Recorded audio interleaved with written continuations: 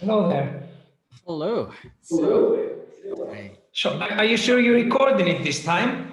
I see the button. It says here recording. Too bad for Tassos. I mean, so sorry for Nav. He wasn't able to attend the last time, and right now he's smashed. So he'll have to just rely on your good graces that you or I will provide him a recording, won't he? The thing is, yeah, I cannot record for some reason, but I'll press record. No. Please ask the host to give you permission. So if you could give me permission to record, please as well, because I have an issue and I cannot record. That's odd. I already allowed that in the back end of the settings, but I have permitted recording from my end, and I'm also recording from the computer right All now. right, So, not oh, a problem, not a problem, as long as you're recording it. all right. Otherwise, I will have to re-record it myself. Okay, perfect. Okay, great. So, you can try using this at your leisure time immediately for the US session. I'll get down to the meat and bones of it. So, while the method that we are about to talk about today works in all of the pairs, even gold, I would recommend using it on the indices like US30, DE30, because even at M5 or M15 or H1, the movement is massive. An M5, you can have 200 pips within a few seconds. Can you imagine that? 200 pips. Rather than USD JPY or Euro USD, sometimes you get 5 pip movement in 15 minutes. And it's so hard to scalp the market. So, Yeah. what we have realized is okay, the confirmations of the three indicators that I showed you earlier work on all of the pairs. It's optimal for the indices, especially US30 and DE30. I'll be sharing my screen and we'll go through the brass tacks. Even before you logged on, I already tried running some simulations on live.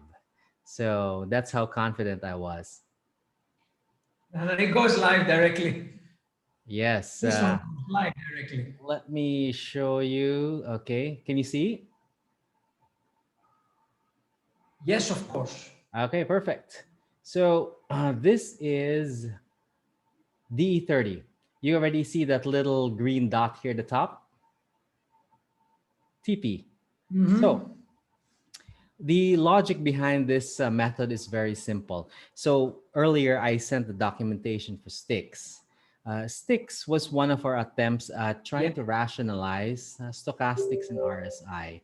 Yeah, it can win, but not really 100%, not the way that most of the other algos are, particularly Ariadne or Hydra, which is ADX, because stochastics on its own is weak. RSI on its own, it's weak. Like we know, the market can be oversold or overbought for a very long period of time without making the move that you expected. So, what we're planning to do right now is to codify this new confirmation system. What you're looking at is the Bollinger Bands on the price line. You're also looking at the stochastic oscillator and the RSI. Your entry points are simple, and it doesn't care about the trend, the master trend. It just cares about the swings within the price. And this can be even as low as M1. So yeah, we have tried this in M1 and it is very profitable in M1. So here's how it goes. The very first thing that you will do is you wait for the price to go beyond the Bollinger Band. It has to protrude outwards, like here. And this protrusion must coincide ideally with both of the RSI and stochastics going beyond the threshold limit. So right now, if I put my crosshair here, you'll see it coincides with the threshold limit that I have set for the stock at 75 and the RSI at 75. So most people would take entries at 70. 70/30 is the standard, but it can be too early. And that is something that even Paul Hayes at Click Algo says. So you would notice that in the previous algos, in the previous bots, our entry for the RSI recovery is at 80/20. But for entries here, for this new method, we're gonna call him Odin. You will be opening a cell when the price breaches the Bollinger Band at 21 periods. The normal Bollinger Band is 20, but I have found that 21 together with my associates is optimal. And if it coincides here, as you can see with the stochastic, it goes beyond 75. That's your second signal. Now, note that I didn't really wait for the RSI to reach the same level, but it was really close already. It was about 70 because 2 out of 3 signals is good enough. Now, there are some special settings that we have found. So, stochastics is usually set to 14.33, but I have found that 13 is superior. So, 13.33 should be the optimal setting. For RSI, it will be 14 standard. So, you can see if you were to scroll back into the charts, the coinciding signals are always there. Here's one. And here's the second one. It protruded outwards. And you can see that the stochastic oscillator was over 75.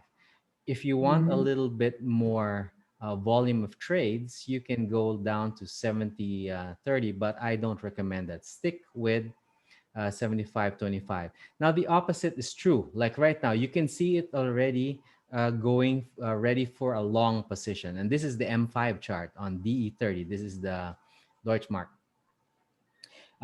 You are not going to go long yet, even though it's below 25, because you can see that the price is still at the median point of the Bollinger Band. So this would have been the ideal if you wanted to go long. Now, what was the value here? The value for the stochastic was close to 25. This was probably 20, but the RSI had dropped to below 25, as you can see on the lines. So as you can see, this green bar is over 200 pips. If you set your take profit at 20 pips or 30 pips, that would have been quite a lot of money. The other pair I would recommend as well is the US30. And you can see perfect setups again. M5. What you see here is the price protruding above, and it coincided with the stochastic and the RSI at 75. Now, the stochastic tends to be a little earlier before the RSI, but you can see what the big drop was. Let me drag the mouse and count those pips. This is 257 pips if you kept it there. Now, Yes. can you imagine 257 pips on the indices? Same thing over here. If you see this protrusion well above the Bollinger Band, that's a good thing. And now here you see almost both of them had coincided. This is 75 at the stochastic and almost 70 at the RSI. If we drag the pip range here, 209, that's 300 pips to the median. It's practically foolproof. So I'm thinking that if we can codify this sooner, the better. This might even be better than Zeus because you can set it to low time frames. This is going to work even on higher time frames. If you're gunning for, say, H1, you can imagine the pip ranges that you would be receiving. But don't go for more than H1 because you will have far fewer trades. Let's look at H1.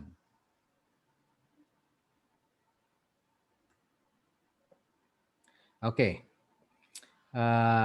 This is obviously not, this one is good, yes, because it protruded the Bollinger Band. Both of the RSI and the stochastics are at 75, our threshold. And if we were to drag the pip drop, 1,300 pips. How does that sound to you, Tassos? It's not just that, because you can see that bar, it dropped all the way down and retraced. So Yes, that drop is like 4,000 pips or something. yes. And now, in between shots of double black, what we have learned was this.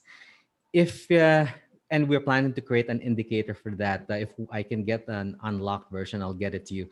We're going to create an RSI scanner that will have all of the pairs with all of the time frames M5, M15, M30, H1, H4, D1, displaying the RSI and stochastic signal. So if you would notice that all of them are coinciding close to 70 to 75, say DE30 is at 70 across all of the time frames, you know it's ready for a massive, massive drop.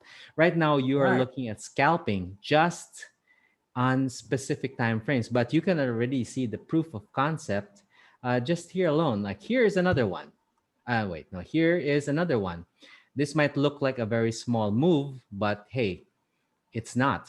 We have here a 75 for the stochastic, 75 for the RSI. If we drag this down just until this green bar, it's 326 pips on H1. 4 Can you hours. imagine what that is telling you? Right now, you just need two pairs, US30 and DE30. You just turn it on, leave it running in the computer. You just wait at any time frame for a movement because every moment there is a potential movement across M1 to M5, I mean M5 to H1 that you can make an entry. So you just have to look at all these three signals. Here we were a little late for the move, but it would have been risky because the bar at the end of the chart did not really breach um, the Bollinger Band. So it's not really the foolproof trade, but these and that and this, they were foolproof. So any questions as to the simplicity of this concept? No, so basically, you need it to be above or below the outer Bollinger Band, right? Yes, you And have to then be out. yeah, and then you need the stochastic above 75 ideally, and RSI above 75 ideally as well. Yes, ideally. Okay. 2 out of 3 signals is already good, as you can see here. Here, stochastic is already beyond. RSI is just at 70, but it's pretty good because the drop from this point until here is 1,600, 2,000 pips. Again, I would tell you, use this only in the indices because it will be very difficult to scalp on the regular Forex pairs. They don't move Yeah. with this kind of swing. Yeah. All right.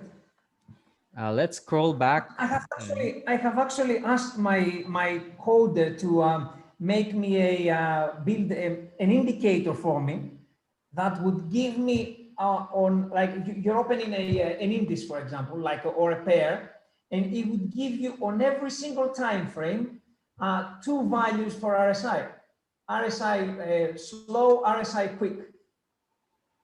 So yeah, we could add that as well, like have stochastics and Yes. Bollinger Bands. So on the upper like left corner, you could see each one of them. But I didn't know that you can have like all different pairs on one screen Yes. for CTrader. It will be much better if you have, that will be like the mega trend of old. If you have Yes. a grid for all 26 pairs displaying the stochastic and RSI value, and if it can alarm you in real time as to the value buy or sell because it had hit your threshold. So scrolling back in time, let's look at other potential setups. So here, uh, this could have been one, but it didn't protrude. This one, okay, this is in the middle of the chart. It protruded a little bit, and you can see there was also a virtual coinciding of the signals. Stochastic is at 74, RSI is probably at 74, and then it dropped a big deal by 3,000 pips.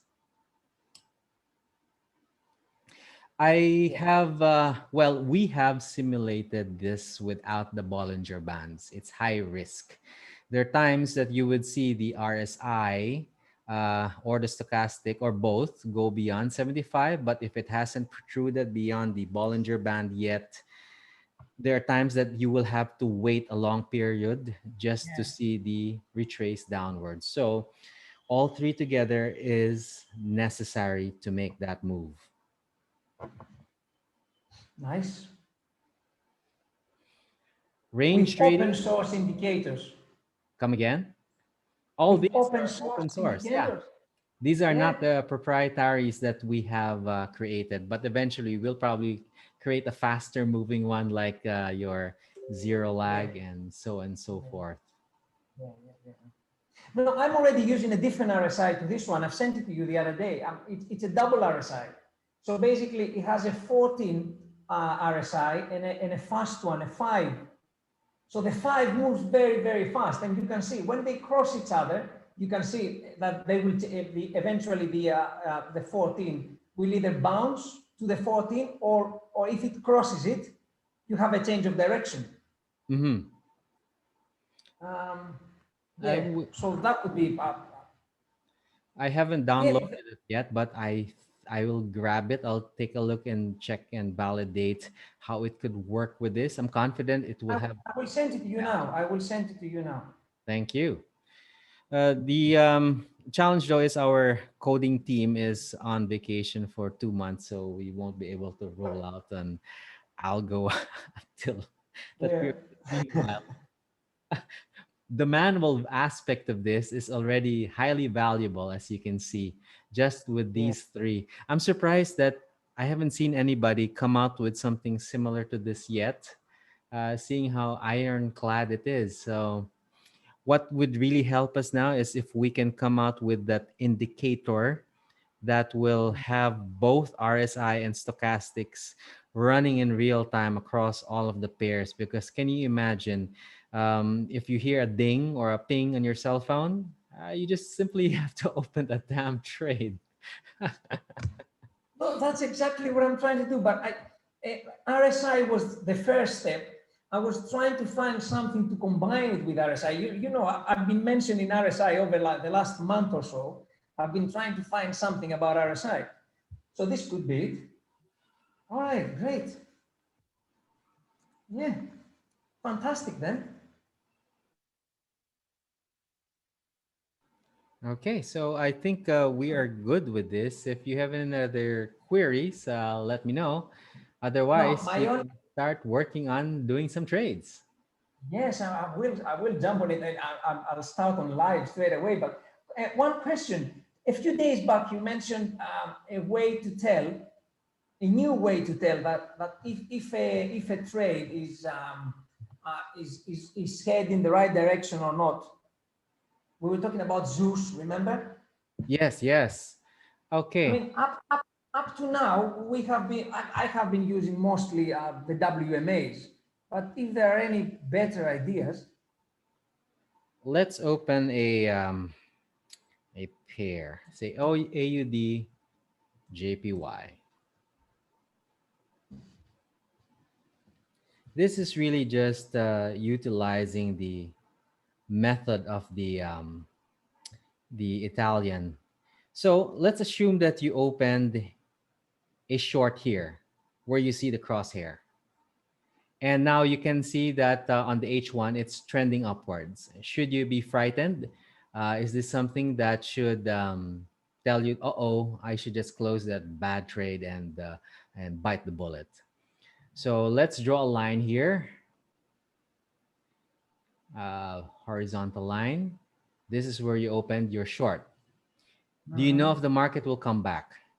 So first, we can look at your most powerful trend, M1. all right, so you're doing a Italian analysis then on it. Yes. Great, yeah.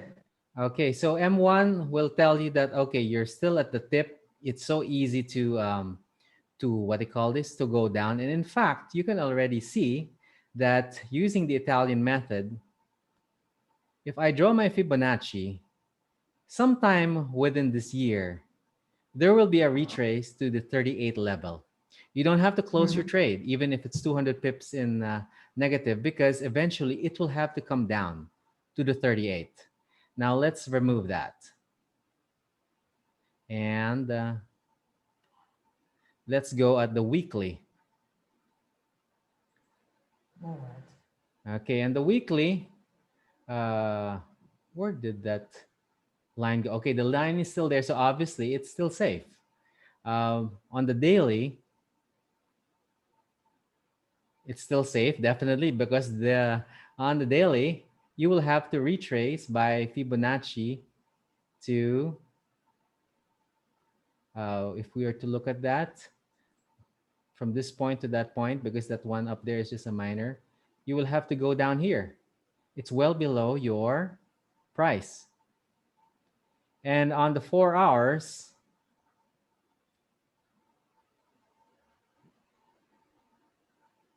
you can also see the same thing. If this is where you opened your sell, on the 4-hour chart, this price at that point will have to retrace down here. And you can see Yeah. there's the confluence of events again. There's the market structure here, Mhm. support, hitting Mhm. 38.